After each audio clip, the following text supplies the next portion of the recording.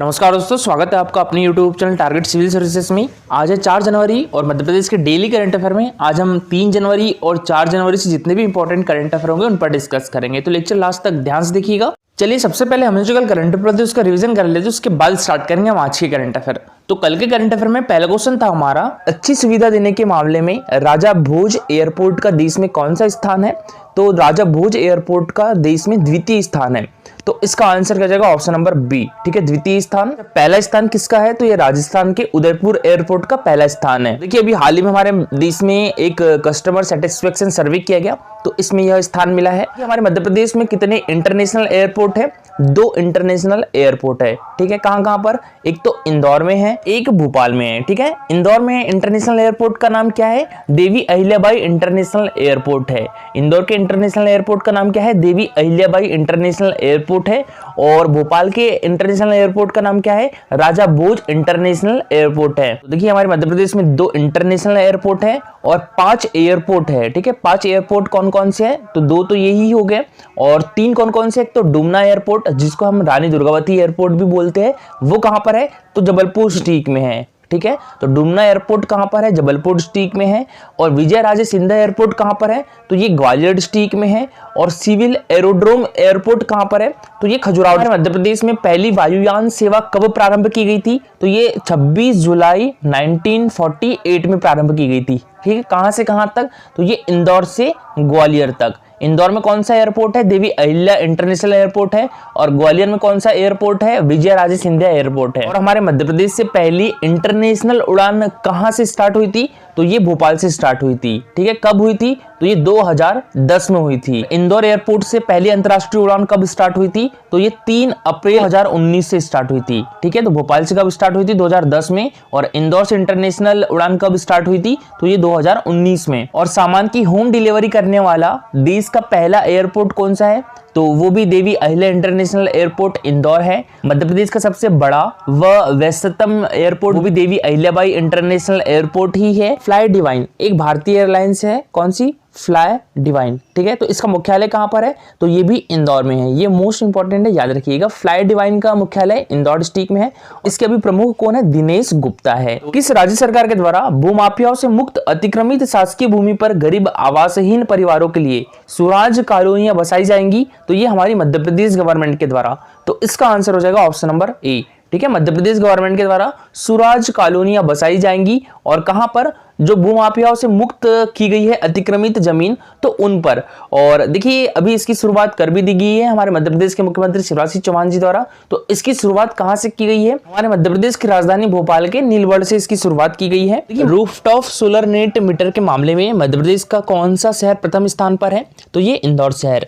तो इसका आंसर हो जाएगा ऑप्शन नंबर ए। ठीक है, और देखिए ये जो सोलर पैनल सूरज की किरणों को बिजली में परिवर्तित करता है। सोलर पैनल सिलिकॉन के सेल, शीशे, पॉलीमर और एल्यूमिनियम से बने होते हैं। तो ये याद रखिएगा, ये क्वेश्चन पूछा जा चुका है। ठीक है, तो सोलर पैनल किसके बने होते हैं? सिलिकॉन के सेल, शीशे, पॉलीमर और एल्यूमिनियम से बने होते हैं। ऊर्जा साक्षरता अभियान में मध्य प्रदेश के किस जिले ने प्रथम स्थान प्राप्त किया है? तो ये शाजापुर डिस्ट्रिक्ट ने। तो इसका आंसर हो जाएगा ऑप्शन नंबर ए। ठीक है, ऊर्जा साक्षरता अभियान में हमारे मध्य प्रदेश के शाजापुर जिले ने प्रथम स्थान प्राप्त किया है। द्वितीय स्थान नरसिंहपुर जिले ने प्राप्त किया है। और तृतीय स्थान जबलपुर जिले ने प्राप्त किया है। और बालाघाट डिस्ट्रिक्ट को 4th स्थान प्राप्त हुआ है। 5वें स्थान पर कौन है? तो ये खरगोन डिस्ट्रिक्ट से है। और देखिए ऊर्जा साक्षरता अभियान कब से चलाया जा रहा है? तो ये 25 नवंबर 2021 से चलाया जा रहा है। ठीक है, याद रखिएगा ऊर्जा साक्षरता अभियान की शुरुआत कब की गई थी? ये 25 नवंबर 2021 से की गई थी। ये बात करें हम यहाँ पर ऊर्जा की, तो हमारे मध्य प्रदेश में नवकरणीकरण ऊर्जा की स्थापित क्षमता कितने मेगावाट तक पहुंच गई है? तो ये 5100 मेगावाट तक पहुंच गई है, यानी 5100 मेगावाट तक की पहुंच गई है हमारे मध्य प्रदेश में नवकरणीकरण ऊर्जा की स्थापित क्षमता।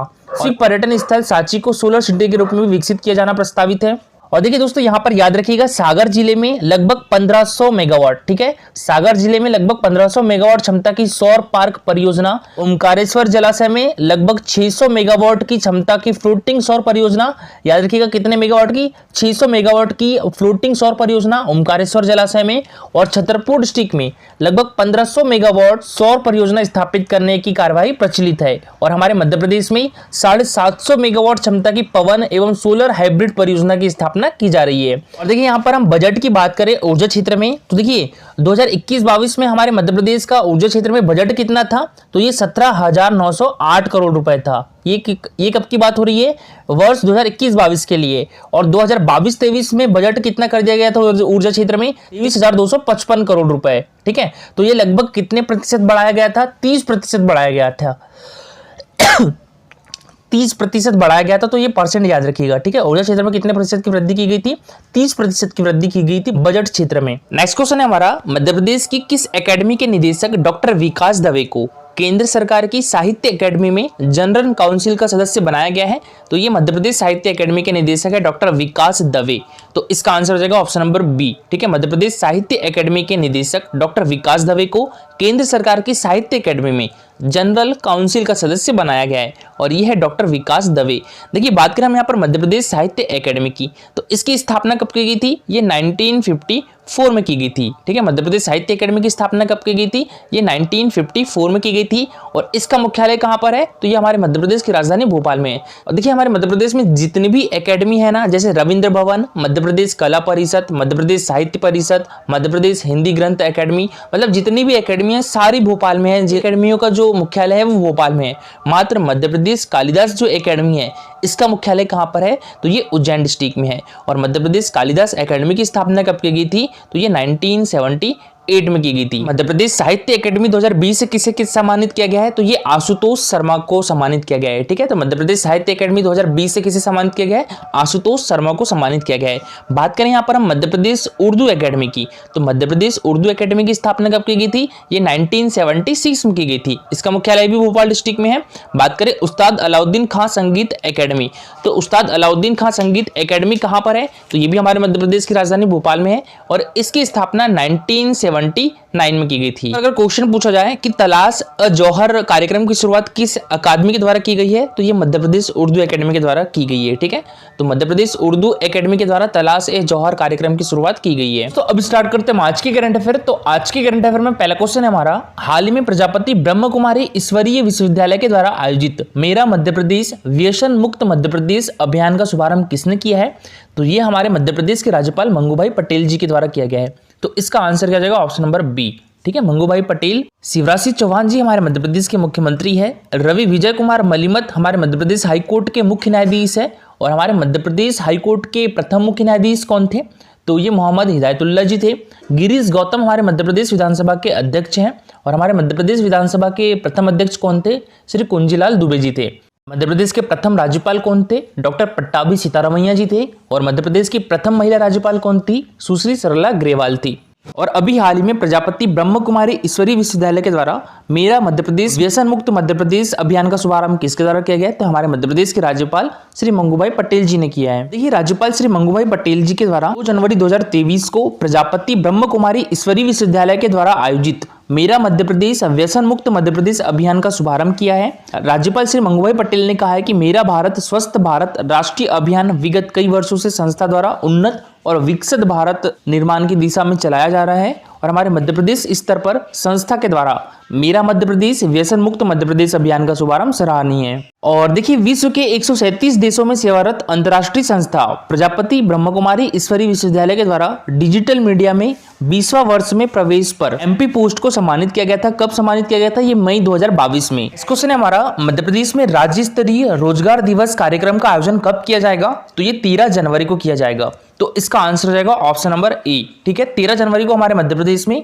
रोजगार दिवस कार्यक्रम का आयोजन किया जाएगा और ये राज्य स्तरीय होगा। कार्यक्रम यहाँ पर हम 16 जनवरी को, तो 16 जनवरी को राष्ट्रीय स्टार्टअप दिवस मनाया जाता है। 30 अगस्त की बात करें तो 31 अगस्त को विमुक्त जाति दिवस मनाया जाता है। ठीक है, तो ये भी मोस्ट इंपॉर्टेंट है, याद रखिएगा। विमुक्त जाति दिवस कब मनाया जाता है, ये 31 अगस्त को मनाया जाता है। क्वेश्चन एमपीपीएससी प्री 2021 में पूछा भी गया था। और 26 दिसंबर को सिख गुरु के बेटे जोरावर सिंह और फतेह सिंह की शहादत को वीर बाल दिवस के रूप में मनाया जाता है। बाल दिवस कब मनाया जाता है, ये 26 दिसंबर को।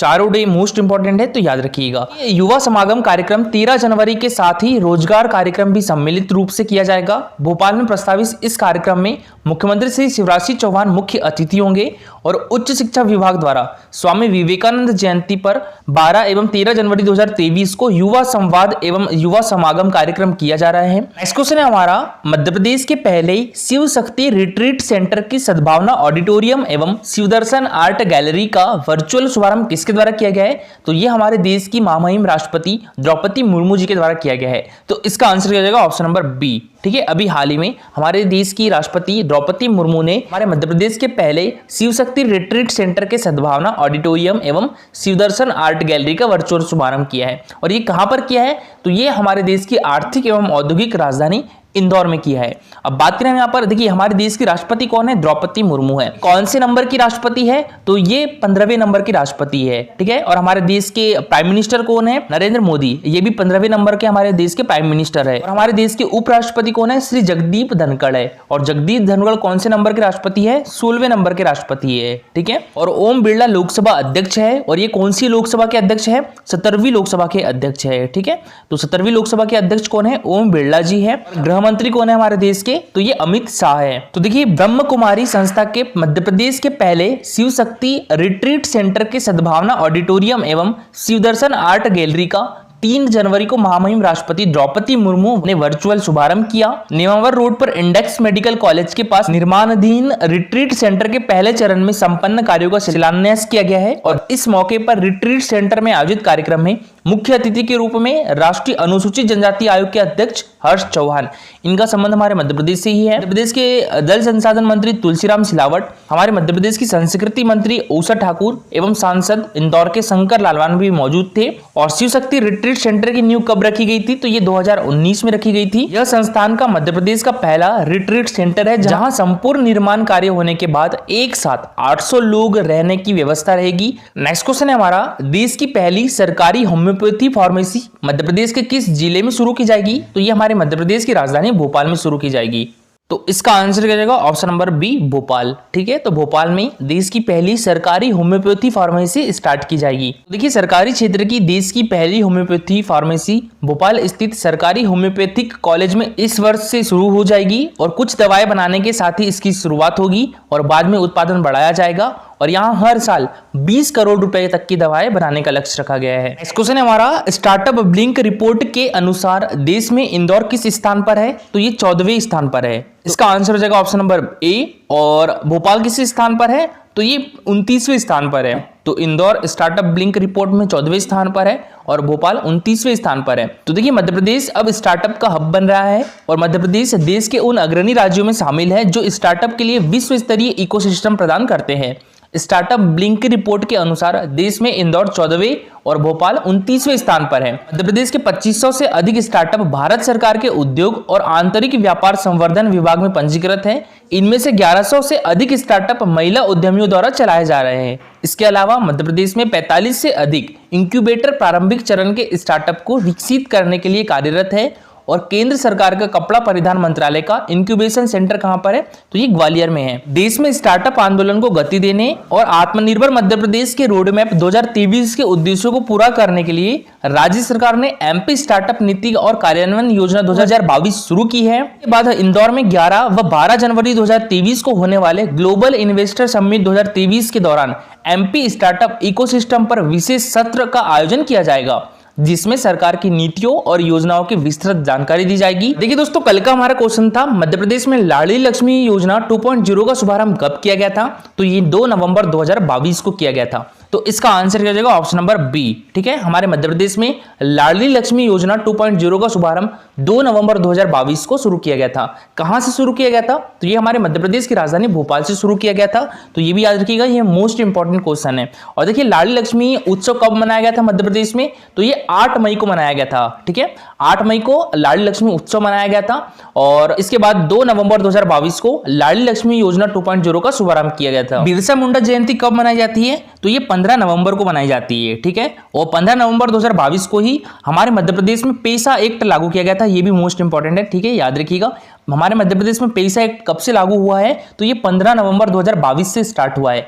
इसका शुभारंभ किसके द्वारा किया गया था? तो ये हमारे देश की राष्ट्रपति द्रौपदी मुर्मू ने किया था। मोस्ट इंपॉर्टेंट है, याद रखिएगा। ठीक है, पेसा एक्ट का शुभारंभ किसके द्वारा किया गया था? तो ये हमारे देश की राष्ट्रपति द्रौपदी मुर्मू ने किया था।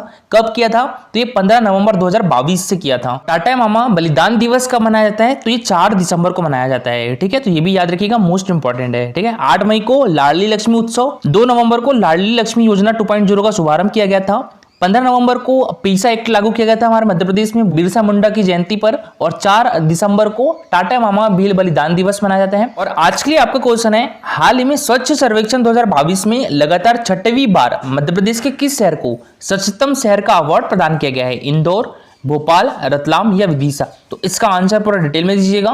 देखिए, ये हमारा Telegram channel target civil services, तो इस पर डेली क्विजेस होती है, तो इसमें आप भी पार्टिसिपेट कर सकते हो दोस्तों। तो आज के लिए इतना ही। अगर आपको लेक्चर अच्छा लगा हो तो लाइक और शेयर जरूर करिएगा। अगर आप इस चैनल पर नए हो तो सब्सक्राइब भी कर लीजिए। Thank you so much for watching this video.